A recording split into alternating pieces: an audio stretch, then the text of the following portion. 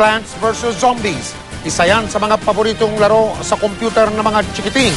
Ngayon, isa na rin tinatawag na musical show na libreng mapapanood sa iba't ibang mall. Nakatutok si Ma'am Gonzales.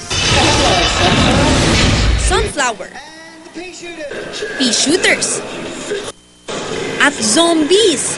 Ang computer game na buhay sa isang musical show na Plants vs. Zombies Live.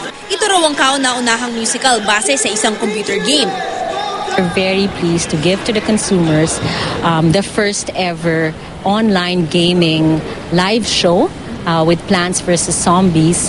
It's the first in the world.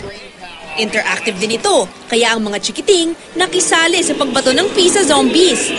May mga nakakaaliw na sayaw rin ang characters.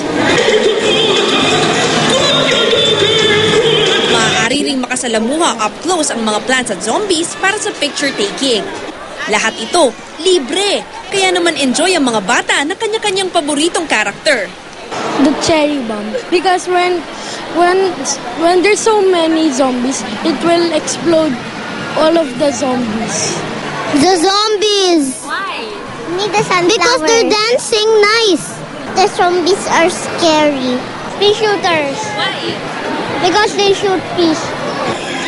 Unang stop ng palabas ang Pilipinas. Mag-iikot sila sa iba't ibang mall sa susunod na 2 buwan. Mav Gonzales, nakatutok, 24 oras.